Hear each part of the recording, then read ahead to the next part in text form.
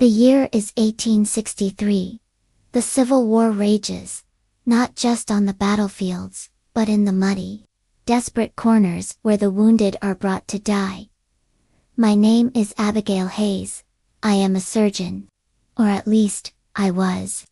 Here, in this makeshift field hospital on the contested border. I am little more than a butcher, trying to hold back a tide of death with thread and a saw. The air is a constant, suffocating blend of iron-rich blood, carbolic acid, and the damp, decaying earth beneath our feet. We are drowning in suffering. But a new horror has taken root in our camp, something far colder and more insidious than canister shot or bayonet wounds.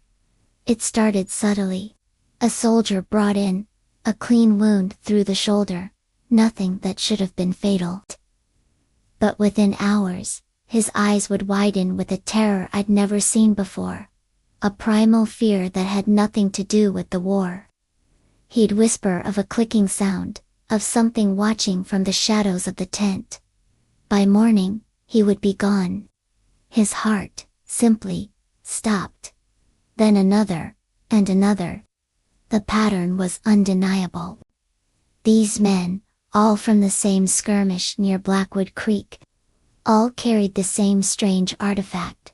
A small, crudely carved wooden doll.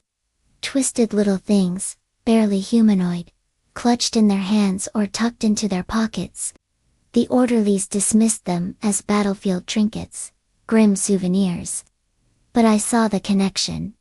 These dolls were not souvenirs, they were carriers. The nights grew longer. The flicker of my lantern cast dancing, monstrous shadows on the canvas walls.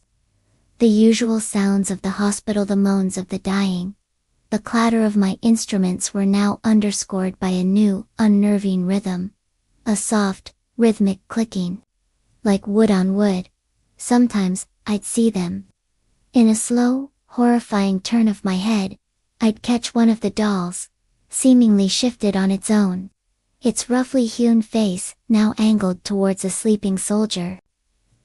I began to isolate the men who carried them, moving them to a separate tent under the guise of a contagious fever. The head nurse, a woman named Martha, whose faith was as sharp and unyielding as her gaze, watched me with growing suspicion. She spoke of God's judgment, of pestilence brought on by sin and science. The other staff, steeped in the folk traditions of this land, whispered of hexes and haints. They started to look at me not as a doctor, but as the source of the curse. My surgical precision, my reliance on logic and observable facts, was failing me. The more I examined the dolls, the more I felt a presence tied to them, a malevolent energy that clung to the very air. These weren't just objects. They were anchors for something ancient and hungry. A local spirit drawn from the blood-soaked soil of the battlefield and feeding on the terror of the wounded. The clean wounds weren't the cause of death, they were the point of entry, a formal invitation.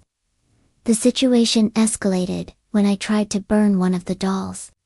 I tossed it into the small stove we used for sterilization.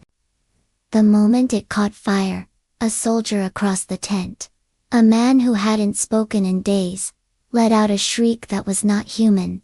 He thrashed in his cot, his limbs contorting at unnatural angles, before falling silent. Forever? The other men in the tent began to scream. Their eyes fixed on the corners of the room, their terror a palpable, infectious wave. The clicking grew louder, more frantic, echoing from all around us. Martha and her orderlies found me then, amidst the chaos. The smoke, the screams, the wild-eyed look on my face, it was all the proof they needed. Which, she spat, her face a mask of righteous fury. They saw me not as a doctor trying to save lives, but as a heretic consorting with the devil. The very source of the pestilence they feared. They backed me out of the tent, and towards the old farmhouse we used for storage, their faces illuminated by torchlight, their fear twisted into hatred. They cornered me in the farmhouse attic, a dusty claustrophobic space filled with discarded medical supplies, and the ghosts of the family, who once lived there. Below, I could hear them barricading the doors, shouting about purification by fire. They intended to burn the house down with me and the infected soldiers I had tried to protect inside. Desperation is a powerful catalyst. My mind raced, not as a surgeon, but as a cornered animal. I saw the most potent of the dolls, a larger, more menacing carving that seemed to be the focal point of the spirit's power. It sat on a crate, its crudely etched eyes seeming to watch me. Nearby was the old furnace, still radiating a faint heat. And on the shelves, a collection of volatile chemicals I used for antiseptics and treatments, ether, alcohol, iodine. An idea, born of pure, frantic necessity, sparked in my mind. As the smell of smoke began to fill the attic, and the crackle of flames grew louder from below, I worked quickly. I grabbed a large glass jar, pouring the volatile liquids together, creating a crude but powerful explosive mixture. The air grew thick with chemical fumes. The clicking of the doll on the crate grew to a deafening crescendo, a frantic, angry beat. The spirit knew what I was planning. With the orderlies attempting to break down the attic door, I hurled the jar. It shattered against the furnace, right beside the central doll. The resulting explosion was not large, but it was sudden and intensely hot. A flash of white light, a wave of concussive force that threw me against the far wall. The attic was instantly filled with a blinding, chemical-fueled fire. Through the ringing in my ears, I heard one final, agonizing shriek, not of man or animal, but of something ancient being torn from its anchor. The incessant clicking stopped. The explosion blew a hole in the rotted attic wall, my only way out. I scrambled through, choking on smoke, my clothes singed.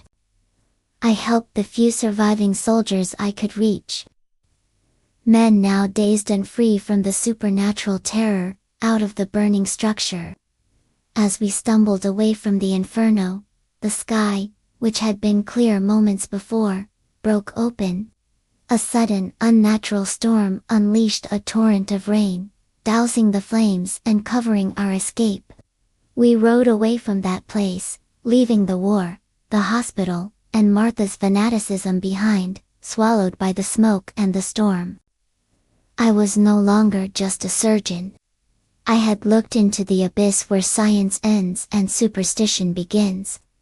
I had witnessed the true horrors of war, not just the ones inflicted by men with guns, but the older, darker things that stir in places of great suffering. I was forever changed, forever haunted, not by the ghosts of the men I couldn't save, but by the chilling, rhythmic clicking of wood in the dark. Thank you for watching. If you're fascinated by the hidden horrors of history, be sure to subscribe and hit that notification bell. We have many more dark tales to uncover.